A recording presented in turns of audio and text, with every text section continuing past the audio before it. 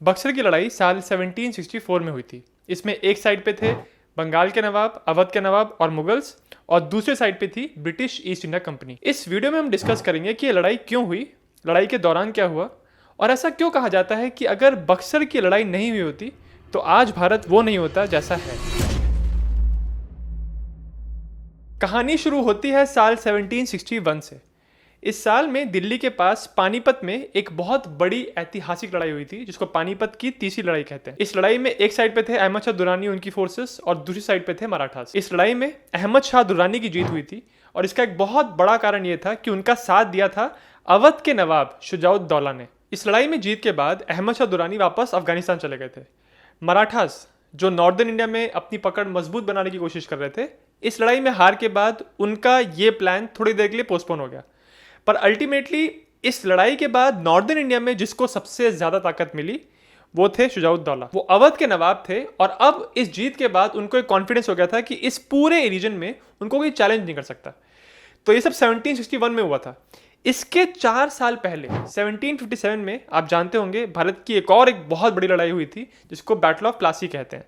इस लड़ाई में एक साइड पे थी ब्रिटिश ईस्ट इंडिया कंपनी, जिनको लीड कर रहे थे रॉबर्ट क्लाइव, और दूसरे साइड पे थे बंगाल के नवाब सिराजुद्दौला, जिनके आर्मी के कमांडर थे मीर जाफर। इस लड़ाई के पहले रॉबर्ट क्लाइव ने सिराजुद्दौला के आर्मी कमांडर मीर जाफर के साथ एक डील। रॉबर्ट क्लाइव ने कहा था कि अगर इस लड़ाई में हम जीत जाते हैं तुम्हारी मदद से, तो लड़ाई के जीत के बाद तुमको हम बंगाल का नवाब बना देंगे। तो जब ये लड़ाई हुई, रॉबर्ट क्लाइव का साथ दिया, और इसी की वजह से प्लासी की लड़ाई में ईस्ट इंडिया कंपनी की जीत हुई थी, और इसी के बाद मीर जाफर को अब बंगाल की नवाबी मिल गई। पर इस जीत का सही मायने में जिसको फायदा मिला वो कंपनी थी। इसी वजह से प्लासी को कहते हैं कि इसने भारत के नक्शे को चेंज कर दिया आने वाले सालों में। 1757 में प्लासी की लड़ाई हुई और मीर जाफर बंगाल के नवाब बने। 1757 से लेके 60 तक, ये 3 साल तक उन्होंने बंगाल पे राज किया। पर अब वो ये देख रहे थे कि ईस्ट इंडिया कंपनी की जो लालच है वो बढ़ती जा रही है, वो लगातार दखल अंदाजी कर रहे हैं। तो वो अब कंपनी से नाराज हो रहे थे। कंपनी भी देख रही थी कि जितनी हमको भूख है बंगाल से, जितना हमको पैसा निकालना है, वो इनके एडमिनिस्ट्रेशन में नहीं हो पा रहा है। तो उन्होंने मीर जाफर को गद्दी से हटा दिया और उनके ही दामाद मीर कासिम को बंगाल की नवाबी दे दी। 1760 में मीर कासिम गद्दी पे आ गए। परंतु मीर कासिम एक ज़्यादा चालाक नेता थे। वो देख रहे थे कि कैसे कंपनी ताकतवर होती जा रही है, और उनसे मुकाबला करने के लिए अब मीर कासिम ने बंगाल के अंदर अपनी आर्मी को रीऑर्गेनाइज करना शुरू किया।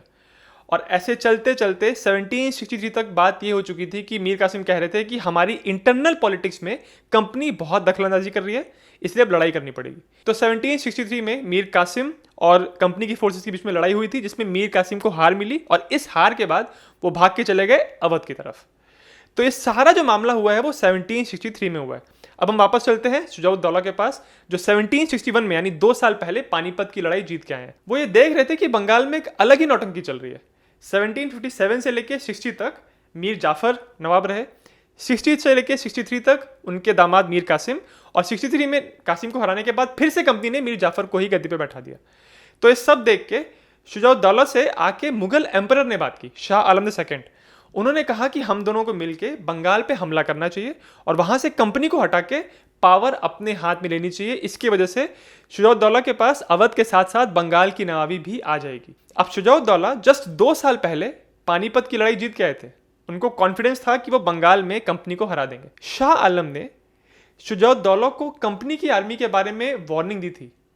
उन्होंने कहा था कि ये जो लाल पलटन है, उस समय कंपनी की आर्मी को लाल पलटन कहते थे, इसका ऑर्गेनाइजेशन कुछ अलग है। ये हमारी तरह नहीं लड़ते, इनका बैटल फॉर्मेशन अलग होता है, इनके पास अलग वेपन्स हैं, और इनके सोल्जर्स की ट्रेनिंग अलग है। तो ध्यान रखिए, इनसे जीतना उतना आसान नहीं होगा। पर शुजाउद्दौला कन्विंस थे कि वो कंपनी को हरा ही देंगे, वो भी इतनी बड़ी पानीपत की लड़ाई जीत के आए हैं। तो इसीलिए अब शाह आलम के साथ शुजाउद्दौला ने अपनी आर्मी ली और बंगाल की तरफ कूच करना शुरू किया। और जैसा मैंने आपको अभी बताया, 1763 में मीर कासिम की फोर्स को कंपनी ने हरा दिया था। तो मीर कासिम पहले बंगाल के नवाब थे। अब वो शुजाउद्दौला और शाह आलम, इन तीनों लोगों ने मिलकर एक मिलिट्री अलायंस बनाया, और ये अलायंस अब लड़ने जा रहा था कंपनी से।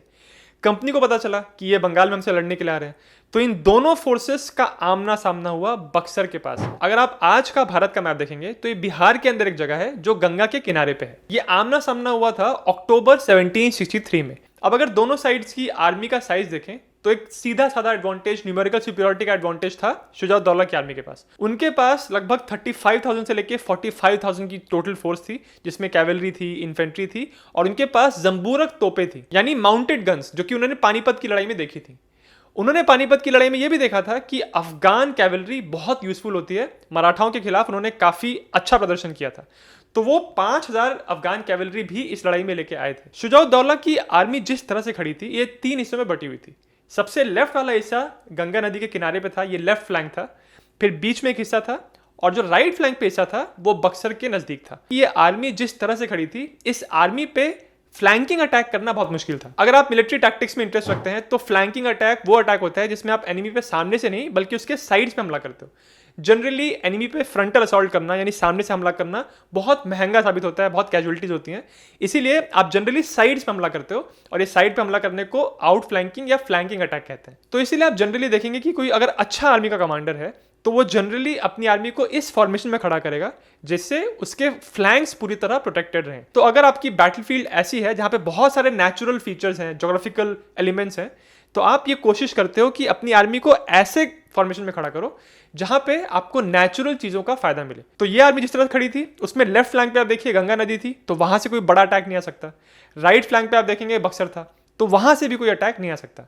तो ओवरऑल पोजीशन इस आर्मी की काफी अच्छी थी। इन दोनों फ्लैंक्स के बीच में जो सेंट्रल हिस्सा था शुजाउद्दौला की आर्मी का, उसमें 2 यूरोपियन कमांडर्स थे।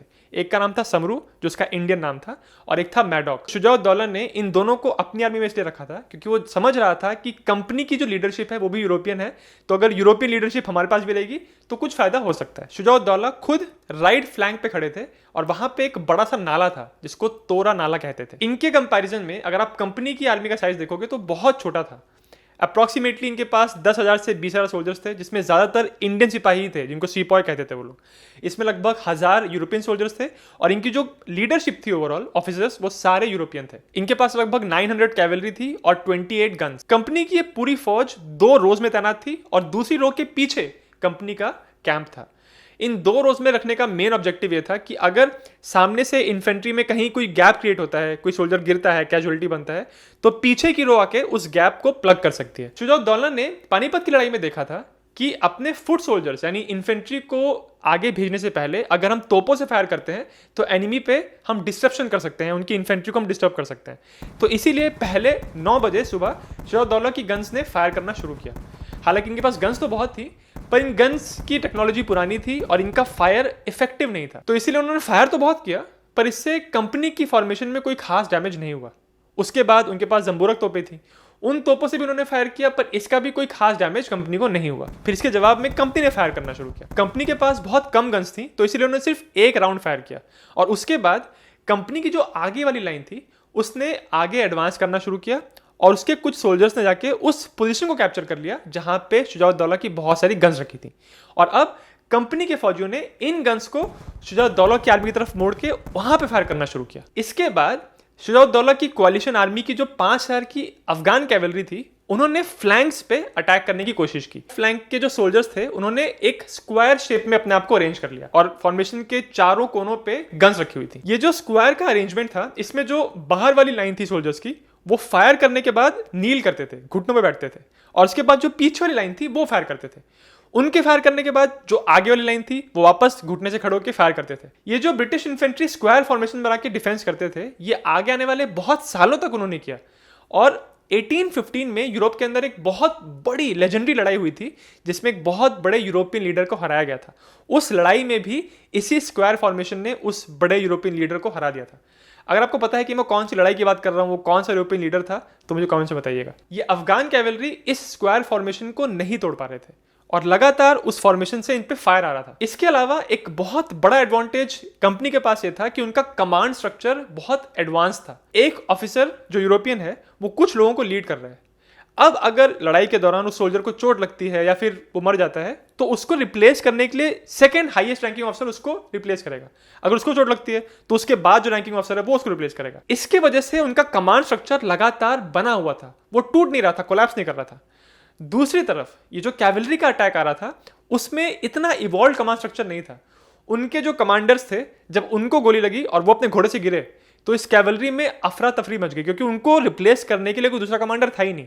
और इसी के बाद ये 5000 कैवलरी का अटैक नाकामयाब हो गया। और जब ये होते हुए कोalition आर्मी के सेंट्रल हिस्से ने देखा, जिनको लीड कर रहे थे यूरोपियन कमांडर जो कि मर्सनरीज थे, तो उन्होंने देखा अब यहां तो हम जीत नहीं सकते और उन्होंने अपने कमांड को छोड़ के यहां से हटना शुरू कर दिया। और इसी के साथ शुजाउद्दौला की कोalition आर्मी में पूरी तरह अफरा तफरी मच गई और उन्होंने भागना शुरू कर दिया। कंपनी की आर्मी ने इनका पीछा करने की कोशिश की, पर शुजाउद्दौला अपने साथ एक बहुत बड़ी फोर्स को लेकर इस नाले को क्रॉस करके निकल गए।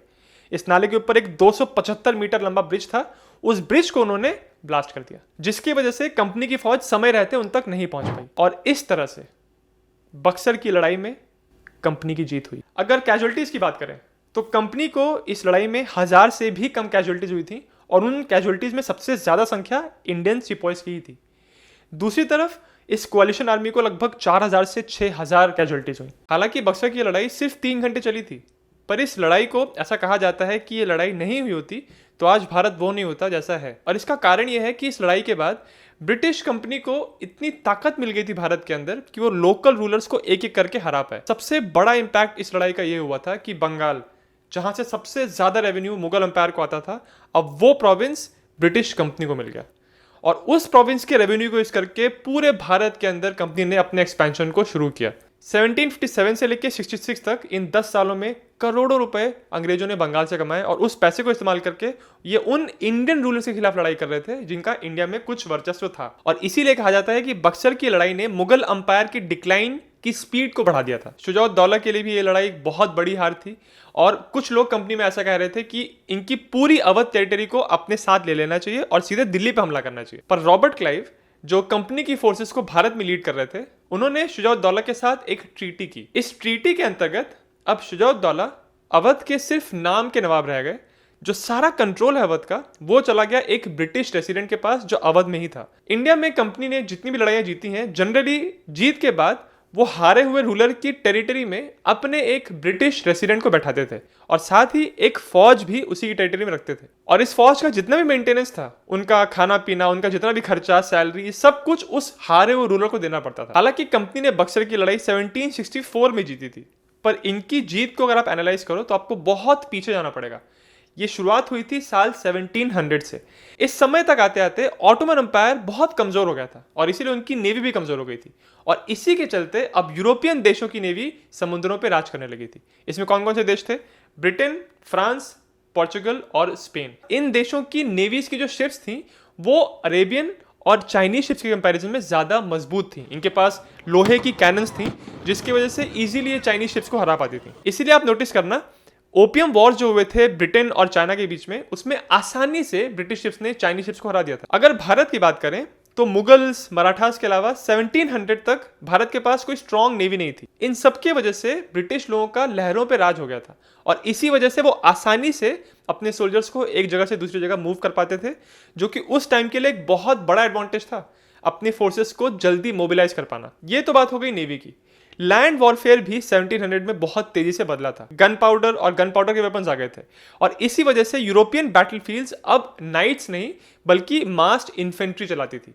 मास्ड इन्फेंट्री वो होती है जब आप बहुत सारे फुट सोल्जर्स को एक साथ एक ग्रुप में इकट्ठा कर लेते हो। जब मास्ड इन्फेंट्री लैंड वॉरफेयर को डोमिनेट करने लगी, उसी के साथ साथ अब पूरी बैटलफील्ड्स पे आर्मीज की साइज बड़ी होने लगी और इस बड़ी आर्मी को सपोर्ट करने के लिए यूरोपियन देश अपनी गवर्नमेंट में ऐसे पॉलिसी बना रहे थे, ऐसे चेंजेस कर रहे थे ताकि वो बहुत सारा पैसा आर्मी की डेवलपमेंट में दे पाए। अगर इनके कंपैरिजन में आप इंडियन बैटलफील्ड्स देखेंगे तो उसमें आप पाएंगे कि बैटलफील्ड पे राज होता था कैवलरी का। घुड़सवार ही जनरली बैटलफील्ड पे आउटकम डिसाइड करते थे। इन कैवलरी की फोर्सेस को जनरली नोबल्स लीड करते थे और ये उनके हित में था कि बैटलफील्ड पे कैवलरी का डोमिनेंस बना रहे। तो जब उन्होंने देखा कि यूरोपियन आर्मीज में ज्यादा डोमिनेंस मास्ड इन्फेंट्री का है, कैवलरी का नहीं है, इसको देखने के बाद भी उन्होंने ज्यादा चेंजेस नहीं किए, क्योंकि अगर वो चेंजेस होते तो उनकी पावर में कमी आती। 1740s में जब पहली बार कंपनी ने भारत की लोकल आर्मी से लड़ना शुरू किया तो उन्होंने देखा कि इनके पास बड़ी बड़ी आर्मीज हैं और इनका लड़ने का स्टाइल हमसे बहुत अलग है। तो उन बड़ी आर्मी से कॉम्पीट करने के लिए अब कंपनी को बहुत सारे सोल्जर्स चाहिए थे। उनके पास उतने यूरोपियन सोल्जर्स नहीं थे। वो जब यूरोप से सोल्जर्स लेके भी आते थे तो भारत के ट्रॉपिकल क्लाइमेट में उनको तकलीफ हो रही थी। तो इसलिए अपनी मैन पावर की प्रॉब्लम को सॉल्व करने के लिए उन्होंने लोकल इंडियन लोगों को अपनी फौज में भर्ती करना शुरू किया, और इन लोगों को वो सीपॉयज कहते थे। जब इंडियन राजाओं को दिखने लगा कि यूरोपियंस का लड़ने का तरीका अलग है और हमको भी ये डेवलपमेंट करने चाहिए, तो उन्होंने कुछ यूरोपियन कमांडर्स को अपनी फौज में भर्ती करना शुरू किया। पर इसका उतना फायदा नहीं हुआ, और इसका बेहतरीन एग्जांपल है 1757 की प्लासी की लड़ाई। इस लड़ाई में सिराजुद्दौला की कैवलरी के कमांडर थे मीर मदान, और वो एक फ्रेंच कमांडर के साथ कोऑर्डिनेट करने के लिए तैयार नहीं थे, और इसी वजह से प्लासी की लड़ाई में सिराजुद्दौला की आर्मी को हारना पड़ा। कंपनी के पास एक ये भी एडवांटेज था कि उनके सोल्जर्स बेहतर तरीके से ऑर्गेनाइज थे और उनको ज्यादा ट्रेनिंग मिली थी। इसका एक बहुत अच्छा एग्जांपल है जो बक्सर की लड़ाई में भी नजर आया। मास्ड इन्फेंट्री का एक डिफेंसिव फॉर्मेशन था, स्क्वायर फॉर्मेशन।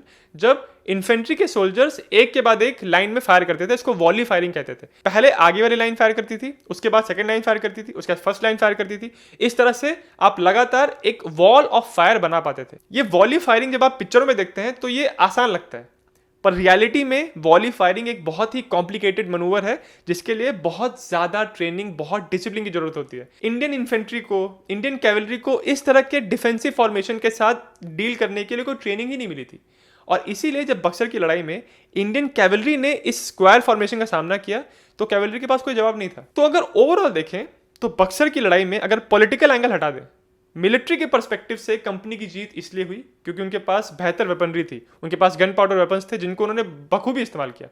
साथ ही उनकी आर्मी बेहतर तरीके से ऑर्गेनाइज थी और उनके सोल्जर्स के पास उस तरह की ट्रेनिंग थी जो इंडियन इन्फेंट्री, इंडियन कैवलरी के पास नहीं थी। मैंने इस वीडियो को बनाने के लिए जिस बुक से अपनी रिसर्च की है उसका लिंक मैं इस वीडियो के डिस्क्रिप्शन में डाल दूंगा, आप उसको चेकआउट कर सकते हैं। और अगर आपको वीडियो अच्छा लगा तो मेरे चैनल जिज्ञासियम को सब्सक्राइब जरूर करें।